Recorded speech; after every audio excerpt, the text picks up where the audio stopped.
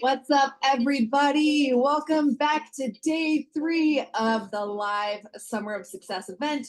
So glad you're here. I hope it has been an incredibly valuable 2 days so far for you. I have been reading every single one of your comments after each of the trainings, and I just love seeing all the takeaways you have, the aha moments, the breakthroughs. It really lights me up from the inside out. I was having quite a laugh with my AV guys before we went live, and I was like, listen, I just can't stop seeing my outfit and thinking it's a prison jumpsuit. So we just couldn't stop laughing, like even while we were getting ready to go live. So I'm glad y'all like it. But I can't help but think I look like I'm about to go pick up trash on the side of the road following this. But hey, I'm glad you're here. On that funny note, I am so excited for the action I'm going to be bringing you today. I just want to remind you that replays are up until Sunday night at midnight. So please be sure to watch, make sure you consume it, watch it twice, watch it 3 times, take your notes. No exceptions. We're not going to extend the deadline. So please, please, please, we're giving you plenty of notice. Prioritize the time, make the time. And so also tomorrow, I see some of you like commenting and posting being like, no, I'm not ready for this event to end and I don't want to stop learning from you. For those of you that want to hear about what it looks like working with me more in depth and through our education programs, we do have a Q&A here tomorrow. Same time, we'll be streaming it to the group. We will have the replays available so that you can get your questions answered if you'd like to continue working with me. But that's all I'm going to say about that. Tomorrow, same time. I would just love to hear from you. If you could tell me in the comments what has been maybe like your most valuable takeaway yet and what changes because of that takeaway. I'd like to hear from you, right? So let's go into, we've kind of been talking over the last couple of days, we've been talking about the 3 biggest obstacles to success. And it really is these 3 things. Making your business a priority, like deciding my business matters. And day 1, we spent so much time unpacking what that means, really getting to the bottom of your belief, understanding that we can't wait for a paycheck to grow for us to decide, oh, it's a business now, I'll take it seriously. No, we have to treat it like a business and take it seriously in order for the paycheck to grow. And then yesterday we talked about the plan. We talked about time management, and we debunked so many of the stories and the myths and the misunderstandings we have around time, around income. Yesterday we talked about how, hey, there's making time for things, but understanding just how valuable your energy is in order to have maximum productivity, and understanding how to protect that energy and leverage that time. Now, I want to answer this question from my friends that are working 9 to 5. I think this is a totally valid question, and somebody asked it in the VIP Q&A yesterday, and I want to share it with the rest of you because I do think it's so valuable, because 80% of this industry works this business in part-time hours or does this with a 9 to 5 on the side. So someone said, well, how do I leverage my energy and my time if my times of peak energy happens to be when I'm at my 9 to 5, or I'm working all day, I'm exhausted when I come home from night? And that was me. So I want to encourage you. There's a couple things that you can do, and I want to give you some tactical things. Is one, you have to decide that you're in a short and temporary season of having 2 jobs, and however long that takes. But for me, I didn't see it as like, hey, I have my primary job and then I have this thing on the side that I'm trying to do. I literally told myself and told everyone I would talk to is like, I have 2 jobs right now. And so because of that, even the language of that kind of created different expectations in my mind of how I showed up. So how I did that was during my lunch breaks, that was when I took the time to engage with people. That was like, all right, I'm going to engage in my lunch break, or I'll make a post. A lot of times on the weekends, like, I'm sorry, the reality and the truth of it is, I did have to take time from my weekends when I had high energy to batch create a bunch of content, follow up with customers, and do those things so that during the week I would work off of my batched content, I would do my engagement. Like, I think engagement can be easier to do in the nooks and crannies. Once you understand how to engage with people, how to talk to people, that one's pretty easy. But writing the content, following up, doing your creative work, that really does need your focus. And so I would do that on the weekends. And I just got really protective around my time. And that's when I borrowed money from my business. I took some income from my 9 to 5, and I thought, okay, where do I need to take some of that money and buy back my time? So that's when I hired a housekeeper. That's when I hired someone to come to the house part-time so that I could work. And there was something about me spending the money on getting that time back that made me more honest with my time. Because for me, I'm like, okay, if I'm paying somebody, I better darn well be doing the thing. I better be working and not just sitting here scrolling. Okay. So there was a season where I was working on the weekends. And so I think you just have to decide how badly you want this. And I know that's not like a fun, fluffy answer, but I think you just have to decide. You have to take on the real fact you have two jobs. And there are other people in the world that also have two jobs and they're figuring it out. But the thing is, you can decide, where is my creativity time? And maybe when you wind down from work, that is when you're doing follow up, a lower energy activity. So maybe you can be like, okay, evenings, I know my energy is shot. What's a lower energy activity I can do that's easier for me to do here? Okay, now, over the weekends, that's where I'm going to sit down. Maybe I'll wake up an hour earlier or whatever I'm going to do. I will also tell you, there was a season where the only time I could be doing things was at 6 a.m. I am not a morning person, but I did it and I was like, all right, if this is the only time I have, and maybe it's not my best energy, it's the best time I have. And someday I'll get to the place where I can leverage my energy more. And eventually I got to that place where I was able to start scaling back my work in the salon. Instead of 5 days, I was working 4 days. I know some of you might not have that flexibility with your jobs, but I think you have to fight for the season you're in and understand that seasons are temporary. And the fastest way out of the season is with consistency and focus and determination and commitment. There's no other way around that. Okay, my friends? All right. So let's talk today. So that, I felt like that needed an answer. I felt like a lot of you might have had that thought and feeling. So I wanted to speak specifically to my 9 to 5ers. Okay. So today is all about strategy, friends. We're going to get into the meat and the potatoes of what you actually do in your 60 minutes a day, where to put your time and how, and exactly what to do with your social media strategy so that you're getting the most bang for your buck, pun intended. Okay. Here's what I want to tell you is the truth about strategy is it's 80-20. 80% of it is mindset. The other 20% is strategy. Okay. And like I said, if your belief is suffering, and I was talking to one of my students in my programs the other day, and she was struggling with like just the implementation. And I said, listen, if you believed that the results that you want are going to happen at some point on the other side of you doing the activity, what would you do? She'd be like, I just do it. I just implement. I'm like, great. It's not really a strategic problem. It's a mindset problem. So again, how do we know it's a mindset problem? Because we saw this pie chart, your time spent overthinking your content versus the time actually spent writing the content. It is your stories that take up the most time.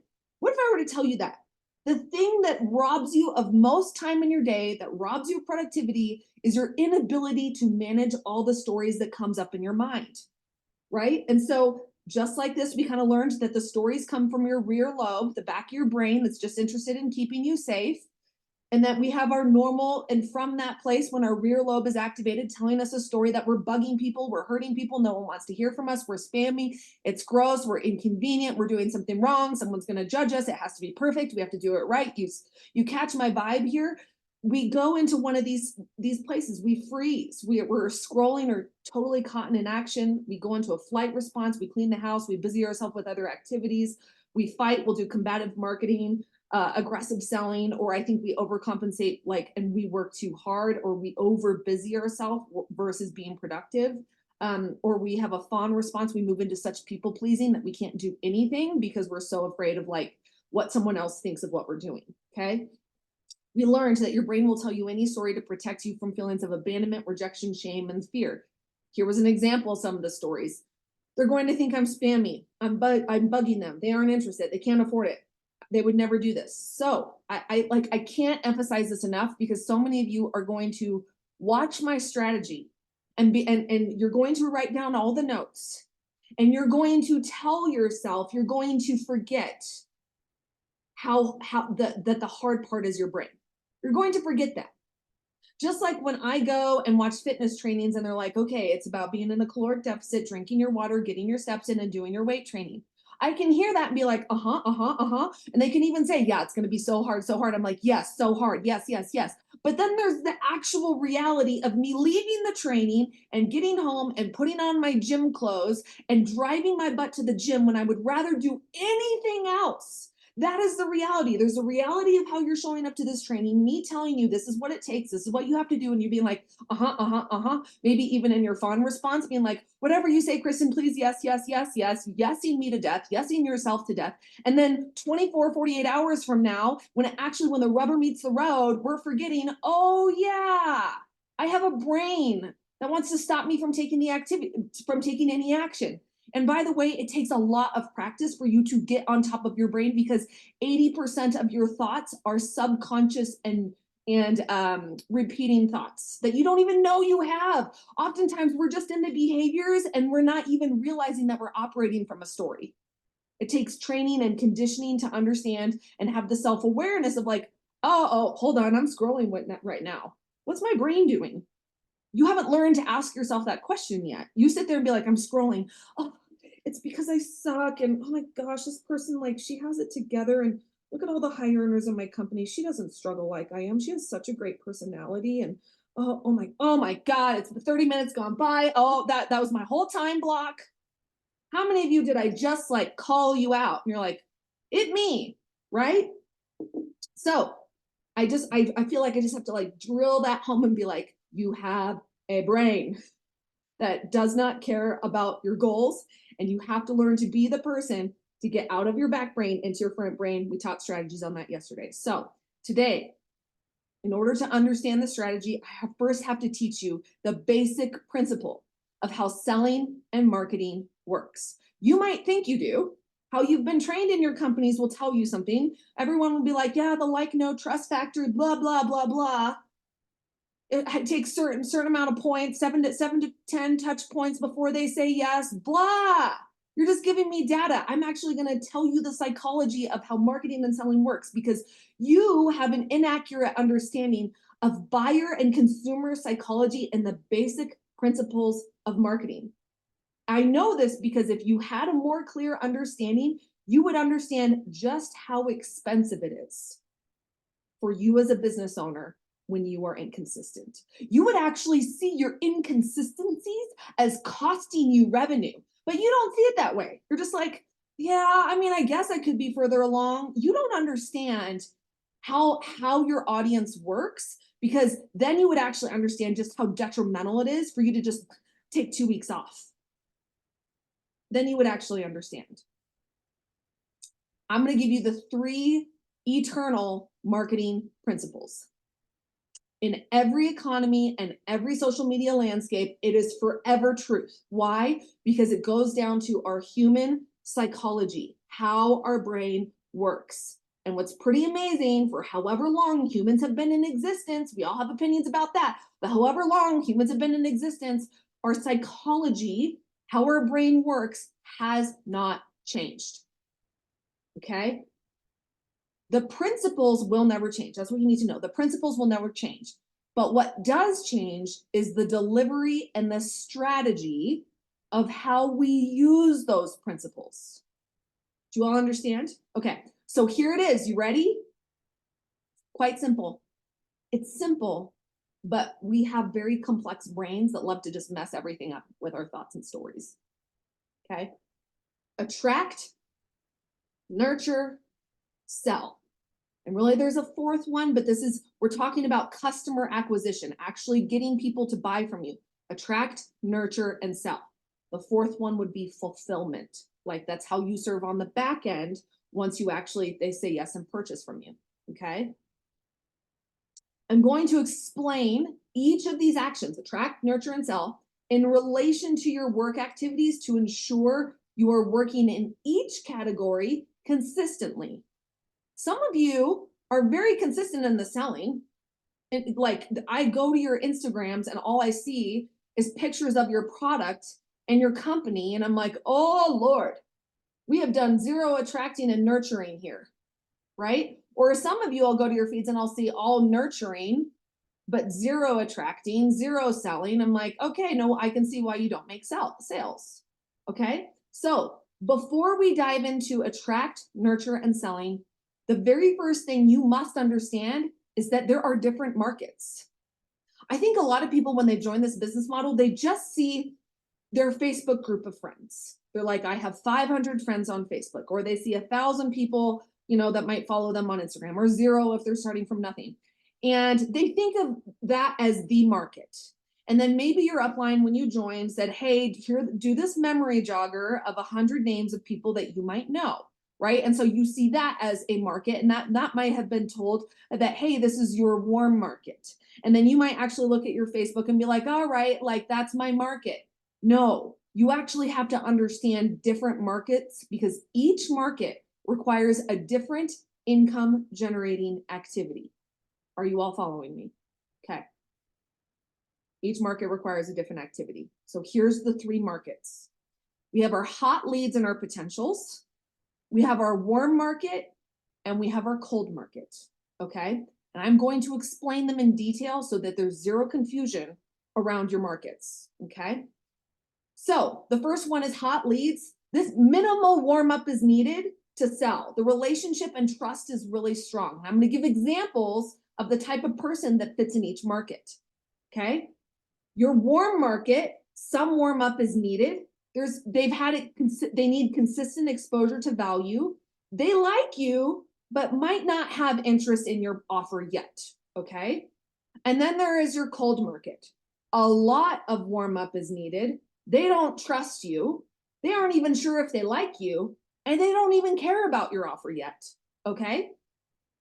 So I want to give you an example from my life of each person in the market. Okay. We have Megan. Megan, our boys play lacrosse together. I see her every weekend. We text, we share our favorite books that we share, we talk, we chat often. She's even asked about my product that I use on the field. This is if I were in network marketing, okay? But she has asked, like, because you guys all give me so much free product that, like, you guys, I'm a poster child for network marketing. I really am. Like, everywhere I go, they're like, what's that? I'm like, oh, it's from this company. What's that? Oh, it's from this company. So, like, if I'm drinking my caffeinated greens, like, I'm talking about it with Megan. Megan has no issues me hearing it. Like, Megan, I could go straight to, like, hey, you should try this. I think you'd like it. And Megan would be like, cool. All right. I didn't have to, like, go into a pitch. I didn't have to overcome her objections. I didn't have to have any formality. Okay, so that's Megan. Okay, now I want to introduce you to Mindy. Mindy, she's in the PTO. We don't talk much. I don't have a lot of interaction with her because I'm not in the PTO as well. But we are Facebook friends. She friended me on Facebook because we have some similar friends in similar circles. And she interacts with my content. She likes some of my stuff. When I post about vacations and stuff, Mindy's there commenting. She's engaging. Okay. Now, Mindy's my warm market. Do you see that? So we still have to, what Mindy's lacking is exposure to product and maybe building some trust with me. Megan, we've got a lot of trust. I've built a lot of relational rapport. I can, if I wanted to, I mean, I don't even have to direct message Megan. I could send her a voice note and be like, friend, I've been thinking about you. PTO is like, they're in charge of, like, the parent teacher. I don't even know. I just know that they volunteer at the school. What is it? Parent teacher organization. That's it. Clearly, that's not a crowd I hang out in. I'm just like in the hot mess pickup club where I'm like got a messy bun and, like, I barely got my stuff together picking up my kids. Okay. So that's Mindy, right? But Megan, like I said, Megan, I could literally just send a voice message and be like, hey, Megan, you should try this. Here's why I've been thinking of you. And there's no real risk to the relationship because there's so much has been poured into there. Okay. So that's Mindy. And then now there's Mindy, right? And now I want to introduce you to Sarah. Sarah followed me on Instagram yesterday. I know nothing about Sarah, and Sarah doesn't know much about me. Sarah is cold market. Okay. So this is why understanding your markets are so different, because when somebody hands you a one size fits all strategy, You will see why in this market analogy, why it does not work. Okay. Why, when your upline, who's well intentioned and well meaning, will hand you a script and say, just go say this, why it will fall flat. Well, she'll be like, oh my gosh, I just got like 30 people that signed up for me. This is the script. It's not the script that landed the customers. It was where they were in the market and the relational equity that she was cashing in on at the moment. All right, you all following? So let me give you an example of this. So let's just say, I just say, girl, you should consider doing what I do. Now let's take that saying and apply it to Megan. Megan would probably be like, what do you do? Tell me. Okay, cool. Or, she might be like oh, girl, like, I love that you're doing it, but like, it's totally not me. And we can have a totally honest conversation about it. It's not weird. Be like, girl, I get it. I used to have those thoughts too, but I actually really like it. Here's what it's done for me and my family, right? So it lands one way with Megan. If I say it to Mindy, Mindy's going to be like, okay, like, I haven't earned that rapport. It's not going to land as well for Mindy, right? Sarah's going to be straight up offended. Sarah's going to be like, I didn't even ask. I didn't even ask like what you do. Do I know you? It feels invasive. It feels rude. Do you see why the one size approach does not work if you don't have an understanding of your markets? So imagine taking this instead of an in-person conversation, turn this into a post, right? So who are going to be the people that interact with the post that says, hey, here's why you should join, do what I do. Here's why, my company is the best one to join. Who's the only person that might interact with that? Maybe Megan. Mindy, she might look at it. She might read about it. Mindy's going to be watching your content for quite some time. Sarah, she's like, what the hell is this? Right? Are you all following? I hope this is making some sense for you, being like, okay, I'm starting to wrap my mind around this. So now I'm going to explain it even more for you. Okay, so we have our hot leads. This is little to no warm up. They're going to be your people that are initially your first buyers and customers. So what do they need? They just need a call to action in order for them to be a customer and a builder. They have the trust, they have the relationship, they have the rapport. They just need the exposure to value. So it's like, that's where you can host a party, answer, like, you put a poll up on your stories and be like, hey, are you interested in this? Your hot leads will say yes. Okay, maybe click a link, send info, a personal invite. That's really what the conversion is. Like, if they want your product, they're going to go down to they're going to become a customer and business builder.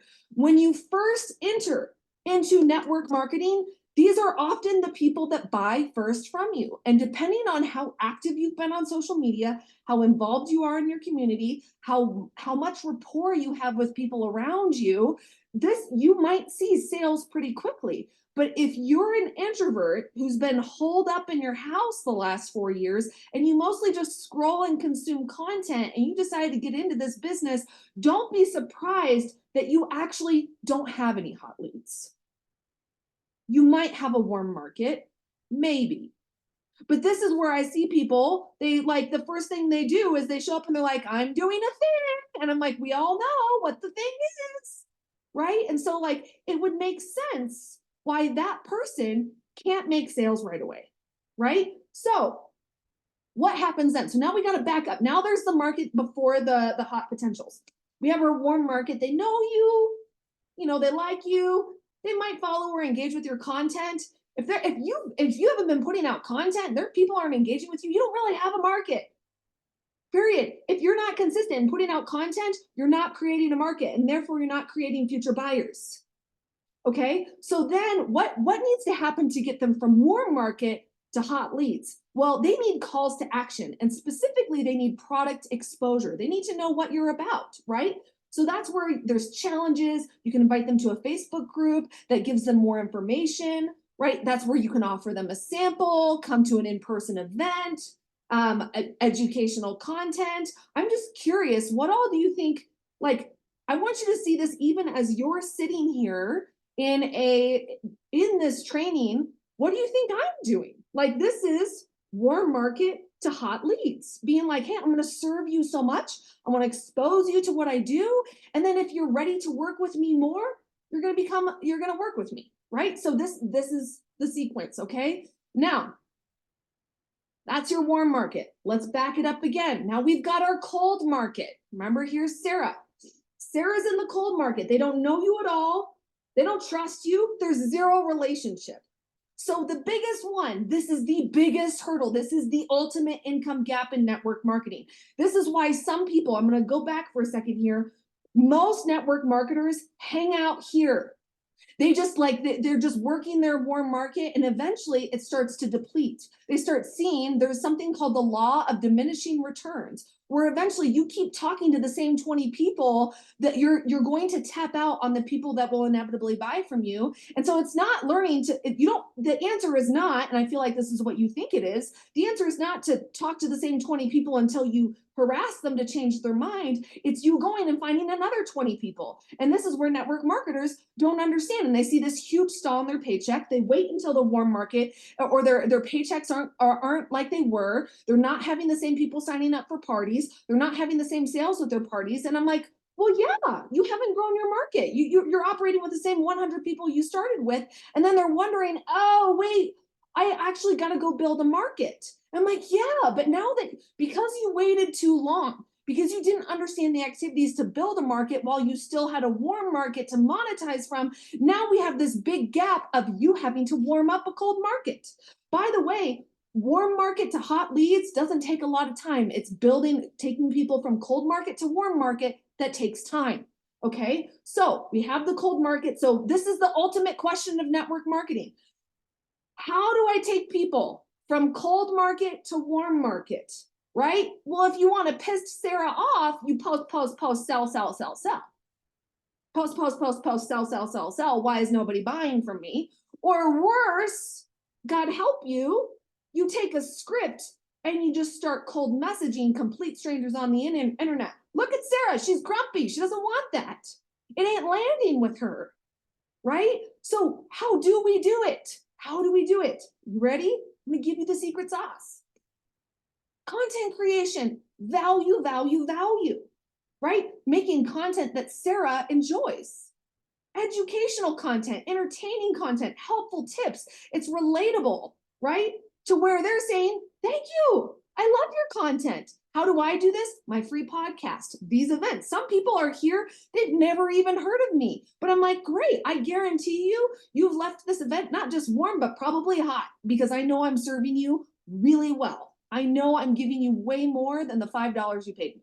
I know that. So it's like, this is how you know when they're like, thank you. This is how we take cold market to warm market. It's with your content creation. And if you are lazy with content, don't be surprised you're not growing your audience.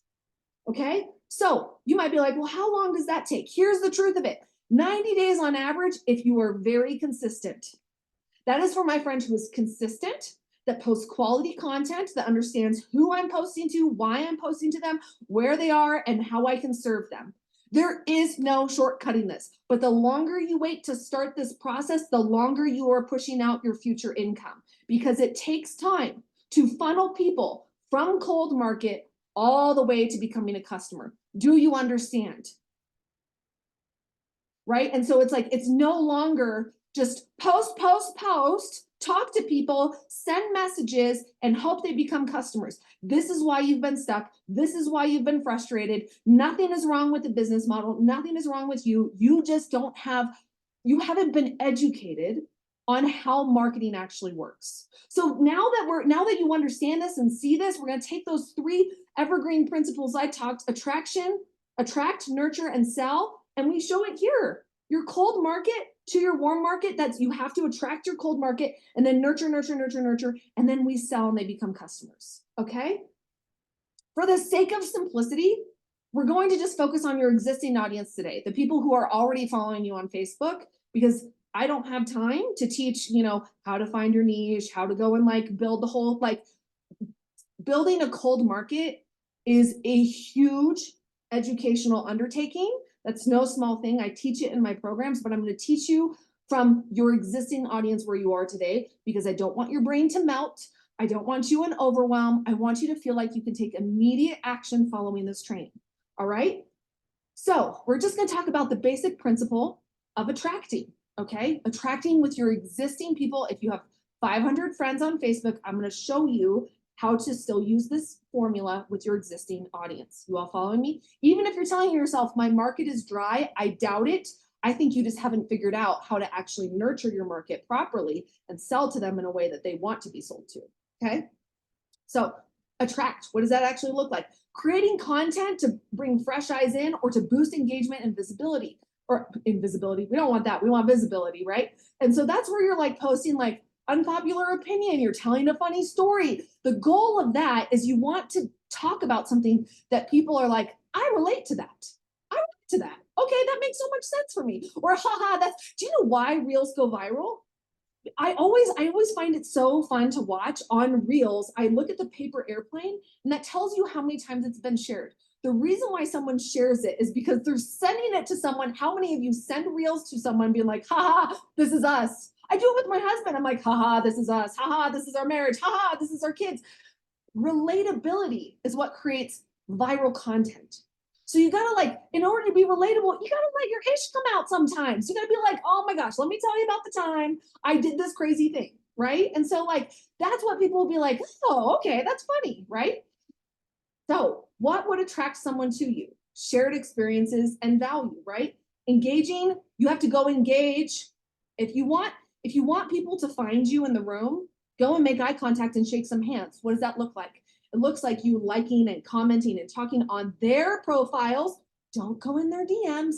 Don't send birthday messages to people you've never talked to in your life. We all know what you're doing. If you want to go and really do something useful, like wherever, if they have a recent vacation where they went to Disneyland, come and be like, oh my gosh, that was amazing. Like, what's your Disney trip? Do you have a Disney hack? I'm gonna be like, what's your favorite Disney tip for a family, right? Being social in other Facebook groups, not selling. Some of y'all think you're being incognito in Facebook groups, and like you guys, I love you all, but it's so obvious. Sometimes I'll just watch you in Facebook groups and I'm like, that person's gonna get booted right now. It's just like, hey, how do I just like talk to people and be like, hey, this is so great. This is what works for me. Don't be like, don't be weird and be like, I have this product if you want to message me on the side. Like that'll get you booted out. Just be a friend, be valuable, offer free value, right? And so, or you creating a niche or an interest focused Facebook group to attract new people with common interests. Like if you are like the crock pot queen, consider starting a crock pot recipe Facebook group. If you're like a, quilting for retirement retirees, start a quilting community. I don't care what it is, so long as you're having fun in there, offering value and bringing people together who have a common interest, right? And so, and then posting. Anyone else feel this way? Looking for people that have common interests or a problem you solve. Basically, the 3 steps of attraction are engage, connect, create. Someone just said, what's free value? If I didn't charge for this event, it'd be free value. My podcast is considered free value. Anything I post on Instagram is considered free value, right? So engage, that means you follow, you like, you comment. And if you're like, do I need to follow everybody? No, just follow people that you're like, I like how they show up online. I like the things they talk about, and I want to get to know them, right? Being strategic with your follows, and don't follow for follow. Don't be that person. And if you're like, what does that mean? It was a trend for a long time on Instagram where you follow people to get them to follow you back. And as soon as they follow you back, you go and unfollow them, right?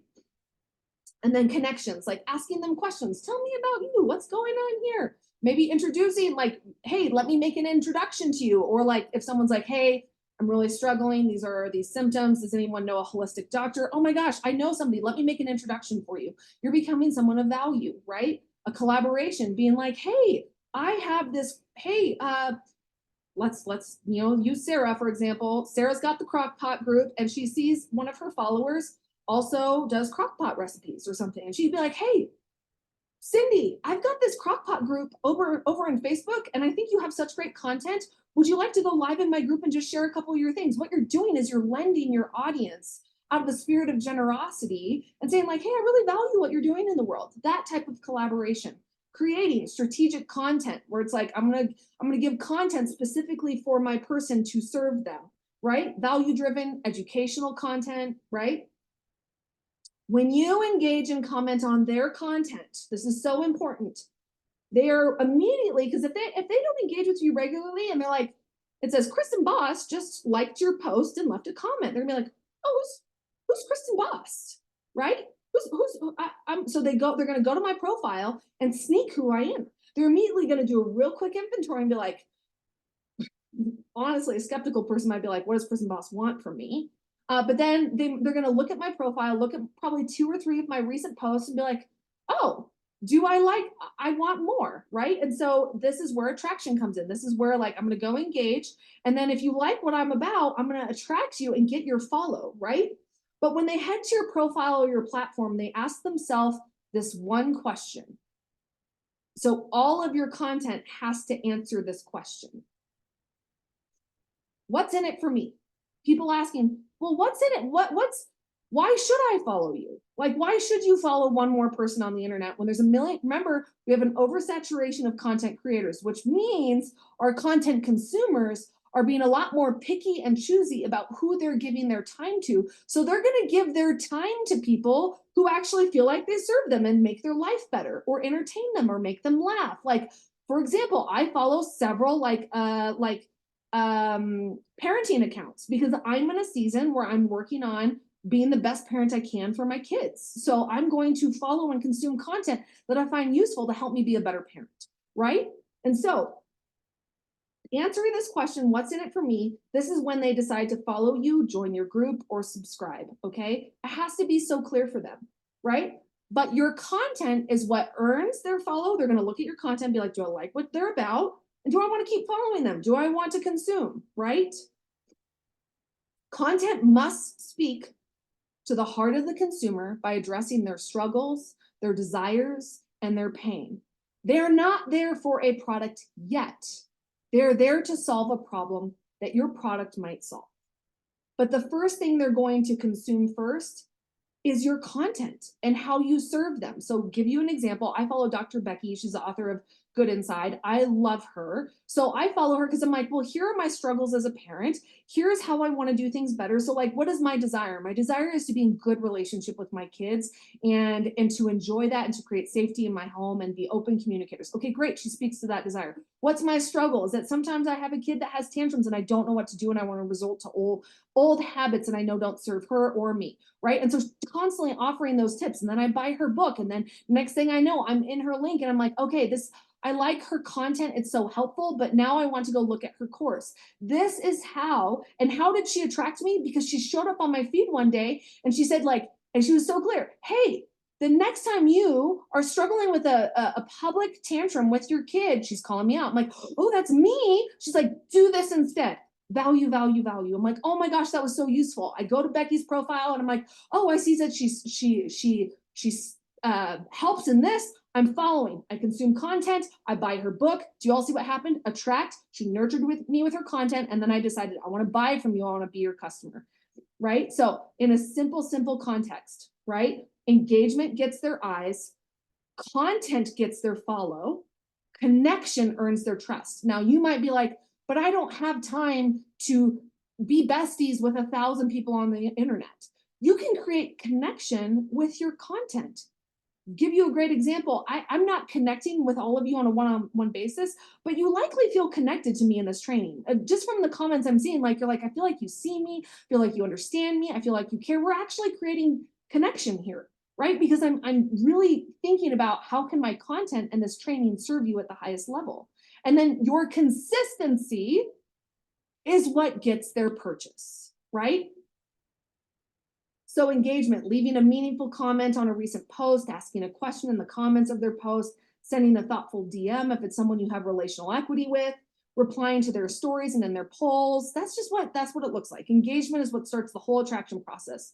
So your existing Facebook friends, go find 10 people a day to go look at their feed and like comment and like. What this automatically does is it boosts your visibility so that when you're posting, people will see it. Okay. Okay, we talked about attract. Let's do nurture, right? Let's talk about nurture. And this is all going to make sense. I promise you, I'm going to bring it back to the 60 minutes, okay? Because right now your brain might be like melting and freaking out and thinking of all the change you need to make.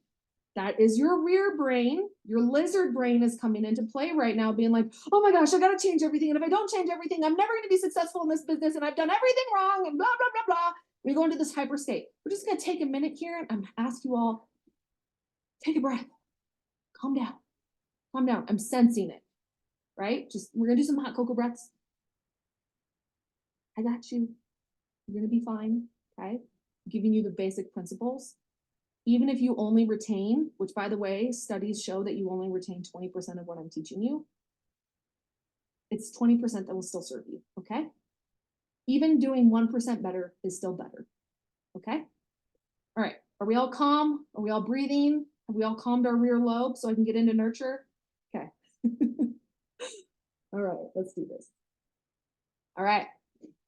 The timing of the nurture cycle is unique to the individual based on their current level of awareness and desire. Okay, what does that mean? So I have 4 different people here. We have this person on the left that's like, they're totally unaware of the product you solve, the problem you solve about your product, and they don't even think they have a problem. Remember, this is all level of awareness and desire in relation to their problem.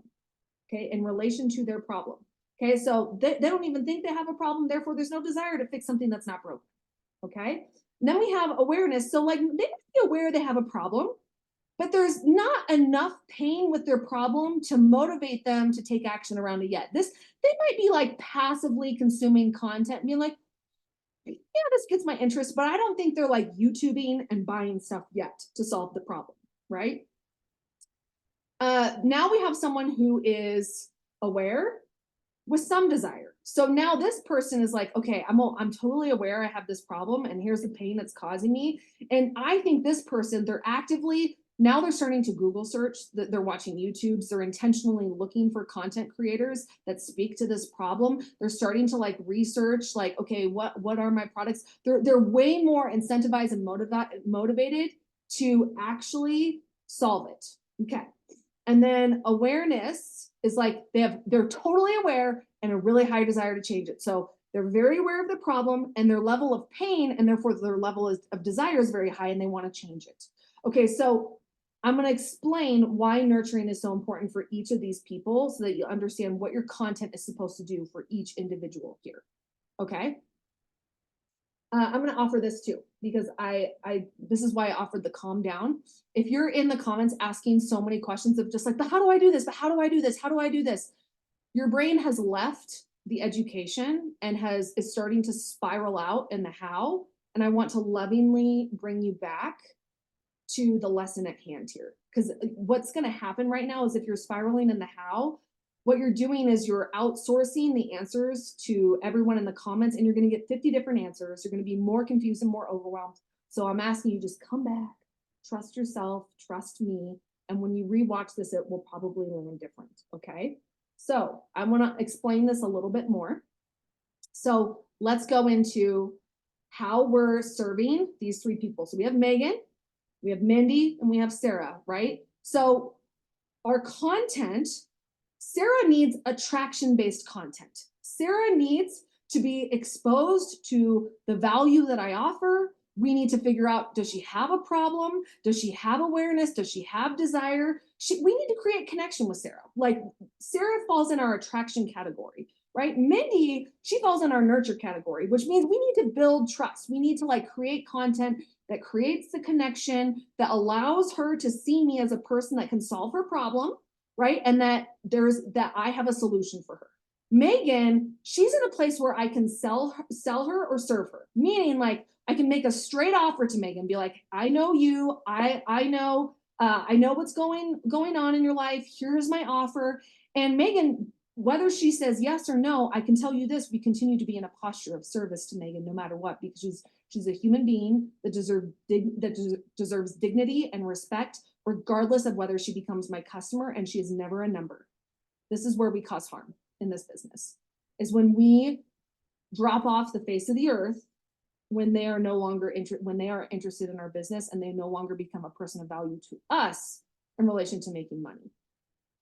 So we sell or we serve, and we continue serving, and we just never know. The thing is in my conversation with Megan, I might learn like, oh, based on this level of awareness and desire, Megan, she's aware, but in my conversation, I've realized there's low desire. She doesn't really want to change, and that's okay, right? Now that helps you understand, okay, well, if she's aware and there's low desire, How can I help increase her desire through my content? Not with my convincing, but with my content. Chances are she needs to be educated, right? And then we have, okay, so based on the nurture cycle is unique to the individual based on their level of awareness. This is why you have to be in many conversations with many different people at once.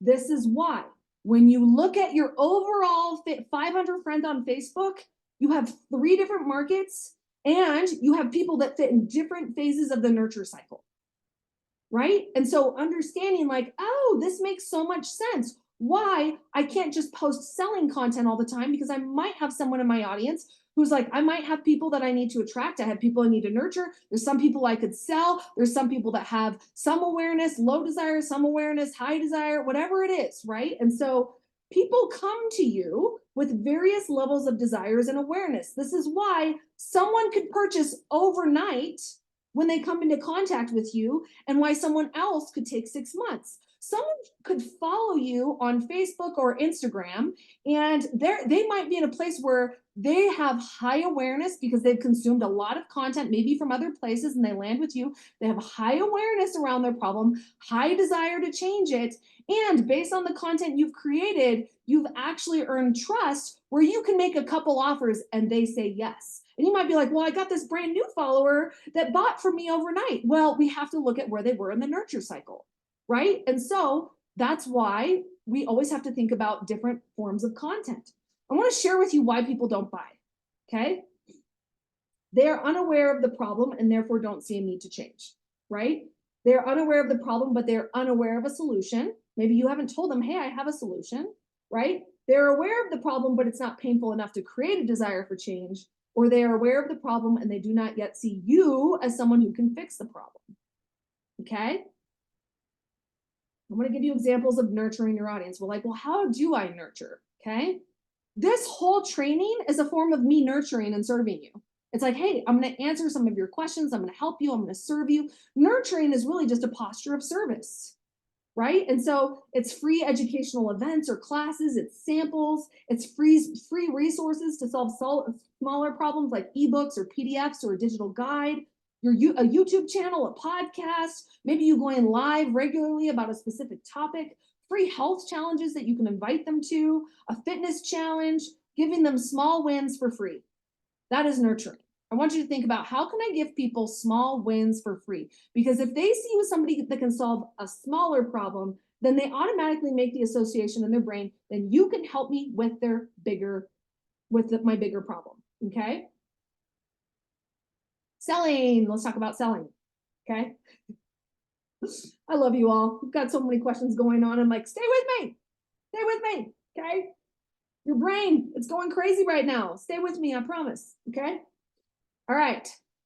This is really how selling works. There's connection, there's conversations, and then there's conversions, right? So again, connection is attraction, nurture is conversation, selling is conversions, okay?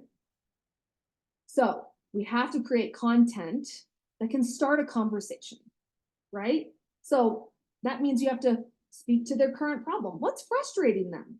Speak to their desire. What do they want, right? Paint the future. What could their life look like with the problem solved? Address their concerns, objections. What do they need to hear in order to feel safe saying yes to you today, right? Sell the value, not the cost. Why is it worth their dollar? Never sell the price, right? So here's what I'm going to say. Like with this, you might look and be like, oh, I need to make one post that hits all that. No, all of these are posts. Post 1, speak to a problem. Post 2, speak to their desire, right? And by the way, just because you've posted it doesn't mean everyone's seen it. On a good day, less than 5% of your audience will see your post. So when you're like, I don't want to have to say the same thing again, recycling your content every 90 days where you're figuring out, hey, that's a great performing post. It really did well for me last time. I'm going to take that pretty different spin on it. I'm going to repost it in 90 days because I'm talking to new people and new people will see this. And old people, if they see it again, they liked it once, they'll like it again, right? All your drama that you have around content. It's so funny. Like I was saying so much in the beginning, like, hey, this is all about your mindset. And you're all showing me in the comments. I'm like, yup, mindset's happening right now. I see it.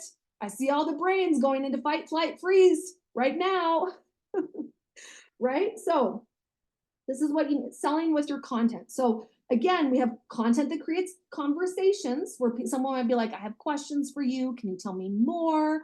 Right? And so then there's selling with your content, and it's calls to action. Try a sample today. Join to start your journey now. Why now is a good time to start? If you're feeling fill in the blank and you are ready to fill in the blank, it's time to start with me today.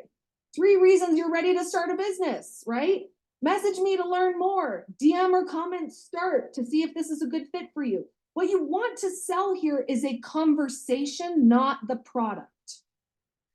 And sometimes is it okay for you to sell the product? Absolutely, because there are going to be some people who you've been nurturing for some time where they're ready to buy from you, right?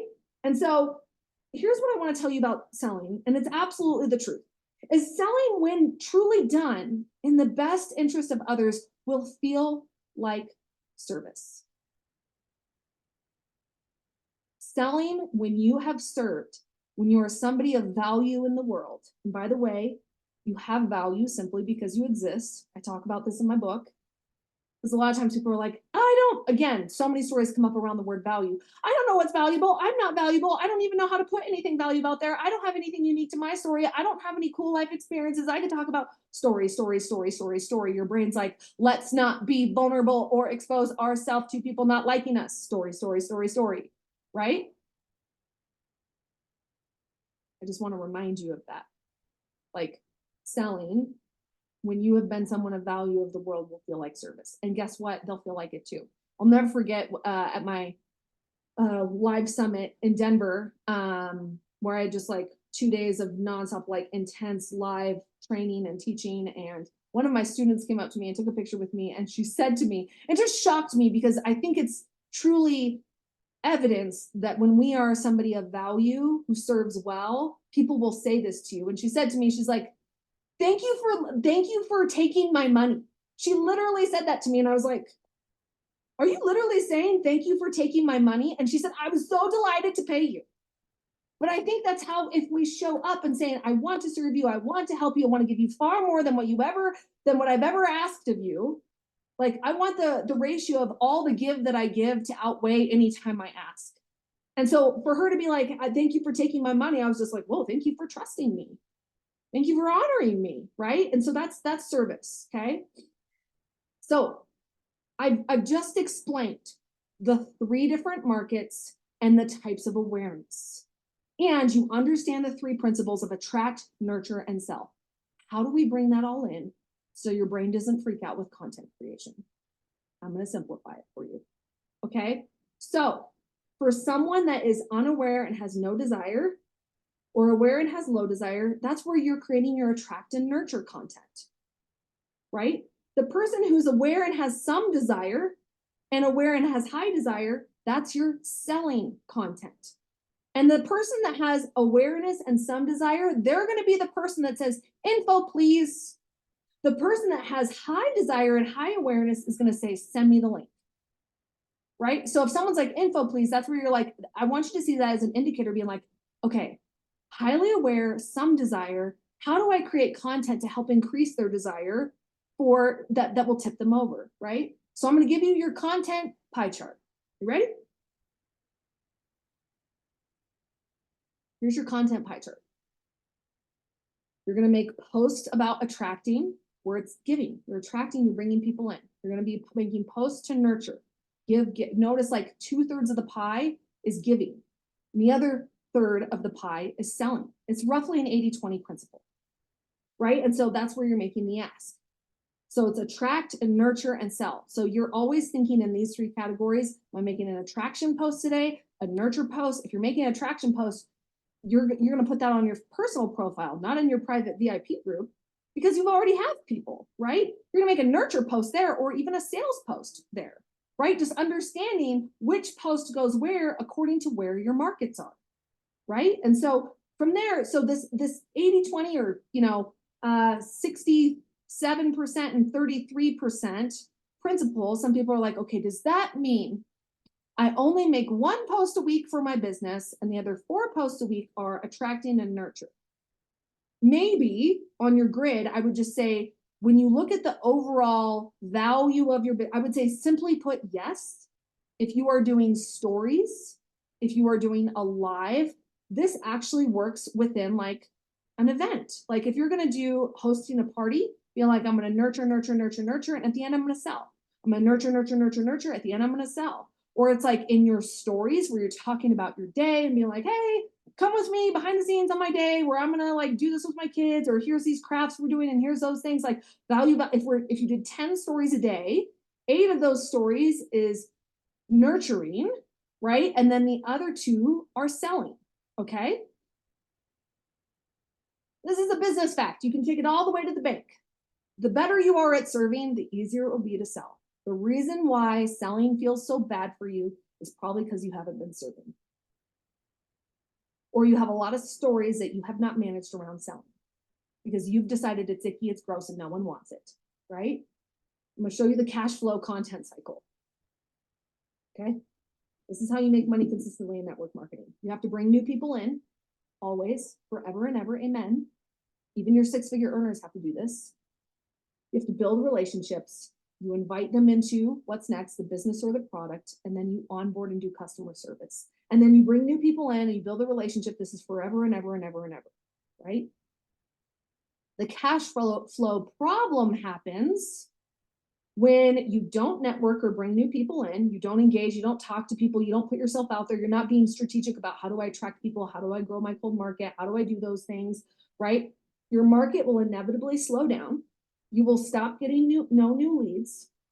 You end up inviting the same people to the same parties, talking to the same people, and people stop buying. This is called the law of diminishing returns. This is what happens. And then your income starts to decline. And then you start to think, oh, it's the industry. Oh, it's the business. Oh, I don't sell a good product. Oh, over there, everyone's winning. I'm like, no, you just stopped doing the cash flow content cycle, understanding that you have to bring people in, build a relationship, and invite them into the thing and then onboard them, right? Growing your network and talking to new people is absolutely key and vital to sustainable and consistent income in business, period. This is not unique to network marketing. This is just life. You have to always be somebody who brings people in. So in your little workbook, I gave you I have these categories where I kind of assigned it. I think in your book it says 15 minutes daily, but I want to adjust this and you can kind of scratch it out, make it better. But this is, you're just choosing 3 of the 4 activities every day. Where notice how you're nurturing, you're selling, you're attracting. Look at like, hey, engaging is an attraction activity. Connecting with people, like creating content to nurture people or being in conversations with people, that's a nurture activity. Asking like, hey, do you want the free sample? Do you want to come to this challenge? Do you want to come to this call? That's an ask. The serve is like part of your fulfillment. That's like your customer follow-up. That's asking, checking in on your team members, checking in on the person who bought the samples, okay? Just choose 3 of the 4 daily and notice how if you do 3, that's 60 minutes. If you have more time, then take more time, okay? I'm gonna offer you this just real quick that goes back to our batching. And I have to like put a disclaimer around this because I think some of you might freak out, but I'm asking your brain to calm down, okay? You can batch content or batch your days in these categories, okay? This is just an idea. It is not a recipe. It is not like a, you must do this if you ever wish to have success type of thing. I'm just giving you an idea, okay? Mondays, write content for the week to attract, nurture, and sell. Like you're like, I'm gonna write my content on Mondays and I'm gonna make sure I'm writing attraction posts, nurture posts, and selling posts, right? Tuesdays, I'm gonna do blitz engagement. Instead of like engaging every day, or like, I'm still gonna say this, you actually do need to engage every day before you put up a post. A lot of you, I know you like to schedule the post and pick a scheduler that does it for you. You are punished on social media for doing that because the platforms want you on they want you on the platform. So if you just post and jet out of there, they're gonna punish you and push it further down the feed so people can't see it. You have to be talking to people for people to see the post. So you at least need to have 10 minutes on either side of your post to go talk to people, okay? But you can do like a massive, like, okay, on Tuesdays, I'm gonna talk to a ton of people. Wednesdays, I'm going to follow up with all my leads. Thursdays, it's going to be a video content day. I'm going to make my reels or go live, right? Friday is going to be my customer care day. I don't care how you do it, you decide. The worst thought you can have right now, and some of you are already there asking me the questions. I'm like, yeah, I promise an hour each day. And you're like, can you explain that? I'm like, I don't have another 3 hours, right? And so I have to do this the right way. I want you to know this thought is actually perfectionism or a freeze response, right? I have to do this the right way. Is a rear brain story that is rooted in perfectionism that is truly a freeze response. The better thought, the better story to have is, I'm committed to figuring this out in a way that works for my energy, my time, and how I want to create flow for my business. I might start messy. That's okay, so long as it gets done. Every single one of you needs to screenshot this. Put it up somewhere in your office, because this is why people aren't consistent. This is why people don't post, why they don't ask, why they don't do the things, because they have this story. And I'm constantly like bringing people out of the story and being like, this is a garbage story. This is why you're not making money, right? So after all of our time together, let's just revisit some of your decisions.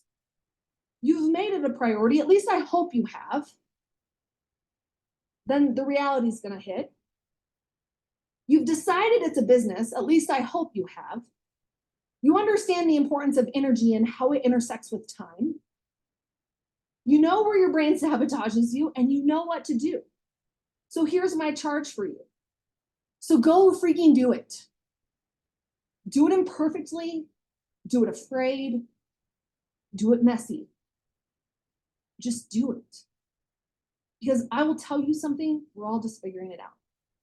We all have our hard days. There are many days where I've sat with people who are making millions and millions, and some days are like, I don't even know what I'm doing most days. I'm like, man, I wish my students could hear that, because they think there's something wrong with them for having that thought. Now, you might have this thought being like, wait, don't leave me, Kristen. I'm not ready for it to end. It doesn't have to end if you don't want to. The lifetime access is going away, so you can come tomorrow and ask. I'm going to answer all of your questions around the program, what you learn in it, what I teach, what you can expect in there. I promised I wouldn't take time from any of your training to talk about the program, and I want to totally honor that.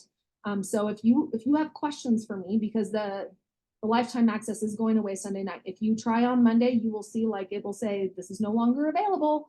You won't be able to buy it. Okay. So that being said, I just want to say thank you.